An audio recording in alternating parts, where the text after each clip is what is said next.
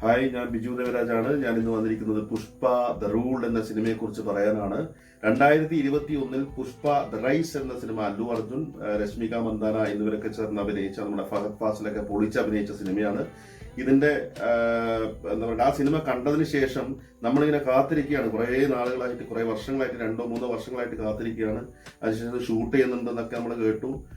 ഫഹദ് ഫാസിലൊക്കെ വളരെയധികം തിരക്കിലാണെന്നൊക്കെ നമ്മൾ കേട്ടു. ഏകദേശം 500 കോടി ബഡ്ജറ്റിൽ എടുത്ത സിനിമയാണ് പുഷ്പ 2 ദ റൂൾ. 500 കോടി ബഡ്ജറ്റ് എന്ന് പറഞ്ഞാൽ എനിക്ക് തോന്നുന്നു ഇന്ത്യൻ സിനിമകളിൽ ഏറ്റവും ബഡ്ജറ്റ് വൈസ് ഏറ്റവും കൂടിയ സിനിമ. 1-2 സിനിമകളൊക്കെ ഉണ്ടാവാം, എന്നാലും ഏറ്റവും കൂടുതൽ ബഡ്ജറ്റിൽ നിൽക്കുന്ന സിനിമകളിൽ ഒന്നാണ് പുഷ്പ ദ റൂൾ എന്ന് പറയുന്ന സിനിമ. അല്ലു അർജുനാണ്. എനിക്ക് തോന്നുന്നു അല്ലു അർജുൻ പോലും ഇന്ത്യൻ സിനിമ നടന്മാരിൽ ഏറ്റവും കൂടുതൽ പ്രതിഫലമൊക്കെ വാങ്ങിയ സിനിമയാണ് ഇതെന്ന് തോന്നുന്നു. എന്ത് തന്നെയായാലും ഈ സിനിമയെക്കുറിച്ച്, ഞാൻ രാവിലെ 10:30 മണിയുടെ ഷോ ആണ് കണ്ടത്, മോർണിംഗ് ഷോ കണ്ടു. ഒറ്റ വാക്കിൽ പറഞ്ഞാൽ നമുക്ക് 3 മണിക്കൂറും 20 മിനിറ്റും ഈ സിനിമയുണ്ട്. ഇത്രയും നേരം എങ്ങനെ പോയി എന്നറിയില്ല, അതിങ്ങനെ പോയിക്കൊണ്ടിരിക്കുന്നുണ്ട്. നമുക്ക് ഒരു തരത്തിലും നമുക്ക് ഒരു ബോറടിക്കുന്ന ഒരു വിഷയമില്ല. നമ്മൾ എൻഗേജ് ചെയ്ത് കൊണ്ടുപോകുന്നുണ്ട്. വളരെ നന്നായിട്ടുണ്ട്. അതുപോലെ തന്നെ ഇതിന്റെ ബാക്ക്ഗ്രൗണ്ട് സ്കോർ ആയാലും എനിക്ക് റസൂൽ പൂക്കുട്ടിയൊക്കെയാണെന്ന് തോന്നുന്നു ഇതിന്റെ ബാക്ക്ഗ്രൗണ്ട് സ്കോറിൽ വർക്ക് ചെയ്തിരിക്കുന്നത്. വളരെ നന്നായിട്ട് തന്നെ നമ്മളെ എൻഗേജ് ചെയ്യിപ്പിക്കുന്നുണ്ട്. അതിന്റെ ഓരോ സീക്വൻസും ഹൈലൈറ്റ് ചെയ്യാൻ വേണ്ടിയിട്ട് ബാക്ക്ഗ്രൗണ്ട് സ്കോർ നന്നായിട്ട് സപ്പോർട്ട് ചെയ്തിട്ടുണ്ട്. സിനിമ തുടങ്ങുന്നത് തന്നെ ജപ്പാനിലെ ഒരു തുറമുഖത്തെ ഷോട്ടിലൂടെയാണ്. ഈ ഷോട്ടില് കണ്ടെയ്നറിൽ 41 ദിവസം കണ്ടെയ്നറിനകത്ത് ഉള്ളിലിരുന്ന് പിന്നെ വരികയാണ് നമ്മുടെ അല്ലു അർജുൻ. പക്ഷെ എനിക്ക് തോന്നുന്നു ആ സമയത്ത് പോലും ഹെൽത്തിയാണ് പുള്ളി ഇങ്ങനെ കെട്ടി തൂക്കിയിട്ടൊക്കെയുള്ള ഒരു സീക്വൻസ് ഒക്കെയാണ്, ഒരു സ്റ്റണ്ട് രംഗത്തിന്റെ സീക്വൻസ് ഒക്കെയാണ് ഇവിടെ പിന്നെ ചെയ്തിരിക്കുന്നത്. തോന്നിയിരിക്കുന്നത് ഈ 41 ദിവസം കൊണ്ട് പുള്ളി ജാപ്പനീസ് ഭാഷയൊക്കെ പഠിച്ചിട്ടുണ്ട് കേട്ടോ. അപ്പോൾ അത്രത്തോളം ഇതിൻ്റെ അകത്ത് ഈ 41 ദിവസം പുള്ളി ഉപയോഗപ്പെടുത്തിയിട്ടുണ്ട്. എന്തായാലും ആ സീക്വൻസ് ആയിട്ട് ഈ സിനിമ തുടർന്ന് പോകുന്ന സമയത്ത് ലിങ്ക് ചെയ്യുന്നുണ്ടോ എന്ന് ചോദിച്ചാൽ അതിൻ്റെ ഒരു ലിങ്കും കണ്ടിട്ടില്ല. പിന്നെ ഒരു സ്വപ്നമാണെന്നൊക്കെയുള്ള രീതിയിൽ വരുത്തി തീർത്തിട്ടുണ്ട്. പക്ഷെ എന്തായാലും നമ്മളിങ്ങനെ കാത്തിരുന്നിട്ടുണ്ടായിരുന്നു ആ സീക്വൻസിന്റെ ഒരു ക്ലാരിഫിക്കേഷൻ എവിടെയെങ്കിലും കാണുന്നൊക്കെയുള്ള ഒരു തോന്നലുണ്ടായിരുന്നു. പക്ഷെ അതെവിടെയും കണ്ടിട്ടില്ല. ആ സീക്വൻസ് കാണുമ്പോൾ ശരിക്കും ഒരു ഹോളിവുഡ് പടം കാണും പോലെയുള്ള ഒരു എഫക്റ്റ് ആയിരുന്നു. അങ്ങനെ തന്നെ അങ്ങ് പോയിരുന്നെങ്കിൽ എന്നൊക്കെ തോന്നിപ്പോയി പിന്നീട് കാണുന്ന സമയത്ത്. പിന്നീട് നമ്മളൊരു ഇന്ത്യൻ ആംബിയൻസിലേക്ക് വന്നപ്പം നമ്മുടെ ഒരു തെലുങ്ക് പടം എന്നുള്ള രീതിയിലേക്ക് വന്നു.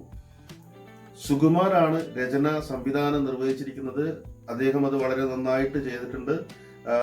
മൊത്തത്തിൽ നമ്മൾ നോക്കുമ്പോൾ ഈ സിനിമ കണ്ടുകൊണ്ടിരിക്കുന്ന സമയത്ത് നമുക്കൊരു ഇമോഷൻസ് എവിടെയോ ബ്രേക്ക് ആവുന്ന പോലെ തോന്നുന്നുണ്ട്.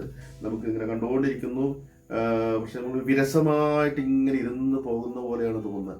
ഒരിക്കലും നമുക്കൊരു നമ്മുടെ ഫീലിങ്സിനെ ഏതെങ്കിലും തരത്തിൽ ഇങ്ങനെ ഉത്തേജിപ്പിക്കാനോ അത് കണ്ടിങ്ങനെ കണ്ണു തള്ളി പോകുന്ന രീതിയിലേക്ക് അത് എടുത്തു വെച്ചിട്ടില്ല എന്നാണ് തോന്നുന്നത്. പക്ഷെ ഫൈറ്റിംഗ് ഒക്കെ ഗംഭീരമായിട്ട് ചെയ്തിട്ടുണ്ട്. ഡാൻസ് സീക്വൻസ് ഗംഭീരമായിട്ട്, ഇത്രയും പണം മുടക്കിയ സിനിമ ആയതുകൊണ്ട് തന്നെ അതിൻ്റെ ഒരു സുഖം കൊണ്ട് നമ്മളിങ്ങനെ ഇരുന്ന് പോകും എന്നല്ലാതെ നമുക്ക് പൂർണ്ണമായിട്ട് തൃപ്തിപ്പെടുത്തുന്ന രീതിയിൽ, അല്ലെങ്കിൽ മാനസികമായി തൃപ്തിപ്പെടുത്തുന്ന രീതിയിൽ സിനിമ കൊണ്ടുപോയിട്ടില്ല. അതിന്റെ കഥാപരമായിട്ട് നോക്കിക്കഴിഞ്ഞാൽ അത് എവിടെയോ ഈ പുഷ്പ 1 വന്നു, പിന്നെ ഒരു 2ലേക്ക് വരുമ്പോൾ എന്തൊക്കെയോ ചെയ്ത് വെക്കണം, അല്ലെങ്കിൽ 1നേക്കാളിലും മുകളിലെത്തിക്കണം, മറ്റേതൊക്കെയോ പടത്തിന്റെ മേലെ എത്തിക്കണം എന്നൊക്കെയുള്ളൊരു തത്രപ്പാടില് അതിന്റെ അത്രത്തോളം നമുക്ക് എഫക്റ്റീവായിട്ട് തോന്നുന്നില്ല, ഫീൽ ചെയ്യിപ്പിക്കാൻ പറ്റുന്നില്ല. കമ്പാരിസൺ പറയുമ്പോൾ പുഷ്പ 1 ഇപ്പൊ നമ്മള് ഒരു കൂലിക്കാരനായ ഒരാള് വലിയൊരു എന്താ പറയുക സിൻഡിക്കേറ്റിന്റെ ഒക്കെ ഈ പറയുന്ന ഒരു സ്മഗ്ലിംഗ് സിൻഡിക്കേറ്റിന്റെ ഒക്കെ മേലെ എത്തുന്ന ഒരു രീതിയിലേക്ക് പോകുന്നതുകൊണ്ട് തന്നെ നമുക്ക് ഇവിടെ ഒരു സുഖമുണ്ട്. കാരണം ഒരു സാധാരണക്കാരന്റെ വളർച്ചയും ഹൈപ്പും ഒക്കെ നമുക്ക് വല്ലാണ്ട് ഫീൽ ചെയ്യുന്നുണ്ട്. നമുക്കത് വളരെ സിനിമാറ്റിക് ആയിട്ട് തോന്നുന്നൊരു സുഖമുണ്ട്. അത്തരം സബ്ജക്റ്റുകൾ ഉണ്ടാക്കുന്നൊരു സുഖം ആ സിനിമ കാണുമ്പോണ്ടായിരുന്നു. പക്ഷെ ഇവിടെ ഒരു പുഷ്പ ഷോ, അല്ലെങ്കിൽ ഒരു അല്ലു അർജുൻ ഷോ പോലെ അങ്ങനെ മാത്രമായി പോയ പോലെ തോന്നുന്നുണ്ടായിരുന്നു. അതുപോലെ രശ്മിക മന്ദാന, എനിക്ക് തോന്നുന്നു കഴിഞ്ഞ പടത്തില് പുഷ്പ 1 പടത്തിന്റെ ഒരു പ്രകടനവും അതിന്റെ ഒരു ആംബിയൻസും ഒന്നും അല്ലാത്തത് കൊണ്ടായിരിക്കാം അത്രത്തോളം ഒരു സുഖമായിട്ട് തോന്നിയിട്ടില്ലായിരുന്നു. എന്തൊക്കെയോ ചെയ്തു വെക്കണമെന്നോ അല്ലെങ്കിൽ എന്തൊക്കെയോ ചെയ്യണം എന്നൊക്കെ ഉള്ള രീതിയിൽ വർക്കൗട്ട് ചെയ്തിട്ടുണ്ടായിരുന്നു. ഒന്നും നമുക്ക് എഫക്ട് ചെയ്യുന്ന രീതിയിലേക്ക് എത്തിക്കാൻ പറ്റിയിട്ടില്ല. ഒരു മാസ് പടമാണ്, മാസ് പ്രൊഡക്ഷനാണ്, വലിയ ബഡ്ജറ്റാണ്, വിഭവ സമൃദ്ധമായ സദ്യ തന്നെയാണ് നമുക്ക് കിട്ടിയിരിക്കുന്നത്. പക്ഷെ ഉപ്പ് കുറച്ചു കുറഞ്ഞു പോയ പോലെ തോന്നുന്നു.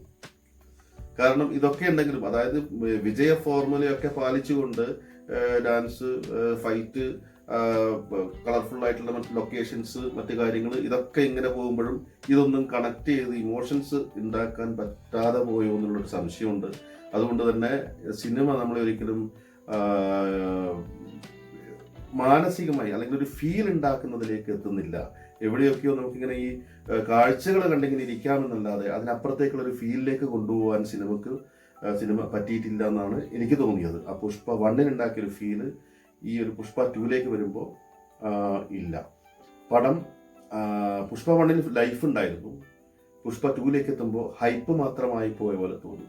പുഷ്പ പുഷ്പ പുഷ്പ പുഷ്പ ഒരു പടം എനിക്ക് തോന്നുന്നു മറ്റൊരു സിനിമയ്ക്കും ഇല്ലാത്തത്രയും സിനിമയുടെ പേര് ഇത്രത്തോളം കൂടുതൽ, അല്ലെങ്കിൽ നായകന്റെ പേര് ഇത്രത്തോളം കൂടുതൽ ഉച്ചരിച്ച മറ്റൊരു പടം എനിക്ക് ഉണ്ടെന്ന് തോന്നുന്നില്ല തീർച്ചയായിട്ടും. പക്ഷെ ഈ പറയുന്ന വിഭവസമൃദ്ധമായ സദ്യ തീർച്ചയായിട്ടും നമുക്ക് കാണാം, ഒരല്പം ഉപ്പ് ഇല്ലെങ്കിൽ പോലും. ഒറ്റ വാക്കിൽ പറഞ്ഞാൽ താടി ചൊറിയല്, പേര് പറയല്, ഇതാണ് പുഷ്പ 2.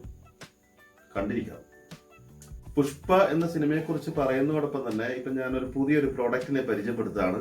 പുതിയ പ്രൊഡക്റ്റ് ആണെന്ന് പറഞ്ഞുകൂടാ, മുമ്പേ ഉണ്ടായിരിക്കാം, പക്ഷെ ഞാൻ ഉപയോഗിക്കുന്നത് പുതുതായിട്ടാണ്. പറയാൻ കാരണം ഇതെനിക്ക് വളരെ ജെനുവിൻ ആയിട്ടുള്ള ഒരു പ്രൊഡക്റ്റ് ആയിട്ട് തോന്നി, ഭയങ്കര ടേസ്റ്റിയുമാണ്. ഇതെങ്ങനെ തോന്നിയെന്ന് ചോദിച്ചാൽ നിങ്ങൾ ചോദിക്കും ഞാനിത് ഉപയോഗിച്ചു, ഇതിപ്പോൾ ഞാൻ കാറ്റ് നിറച്ചാണ് കണ്ടല്ലേ, തീർന്നിരിക്കുകയാണ്. പക്ഷെ അത് കാറ്റ് നിറച്ചിട്ട് പറയാൻ വേണ്ടി തന്നെ തുനിഞ്ഞാണ്. ഇതൊരു പെയ്ഡ് പ്രൊമോഷൻ അല്ല, വളരെ രുചികരമായ പ്രൊഡക്റ്റാണ് തോന്നി. കുട്ടികൾക്ക് പോലും ഉണ്ടാക്കാം, കാരണം ഇത് റെഡി ടു മിക്സ് ആണ്. പിന്നെ ഇതിൻ്റെ കൂടെ ഒന്നും ആഡ് ചെയ്യേണ്ട ആവശ്യമില്ല. ഇതിനകത്ത് തന്നെ എല്ലാം ഉണ്ട്. മുളക്, ഇപ്പം മസാലപ്പൊടി, സാമ്പാർ പൊടിയിലാണെങ്കിലും മുളകുണ്ട്, അതുപോലെ തന്നെ കായും മുളകും ഒക്കെ ഇതിനകത്ത് തന്നെ മിക്സ് ചെയ്തിട്ടുണ്ട്. വേറെ ഒന്നും ഉപയോഗിക്കേണ്ട, എക്സ്ട്രാ ആയിട്ട് ഉപയോഗിക്കേണ്ട ആവശ്യമില്ല. വളരെ നല്ല ജെനുവിൻ ആയിട്ട് തോന്നി. വാക്കാണ് സത്യം എന്നൊക്കെ ഇതിൻ്റെ ഒരു പരസ്യവാചകത്തിൽ കണ്ടിരുന്നു. അത് സാർത്ഥകമാക്കുന്ന രീതിയിൽ തന്നെയാണ് പ്രോഡക്റ്റ് ഉണ്ടാക്കിയിരിക്കുന്നത്. വളരെ നല്ല പ്രോഡക്റ്റ്, എന്തായാലും ഉപയോഗിച്ച് നോക്കുക. ഇതിൻ്റെ ഡീറ്റെയിൽസ് ഒക്കെ ഞാൻ ഡിസ്ക്രിപ്ഷനിൽ ഇടുന്നതായിരിക്കും, നമ്പറും കാര്യങ്ങളൊക്കെ ഇടുന്നതായിരിക്കും, നിങ്ങൾക്ക് ഉപയോഗിക്കാം.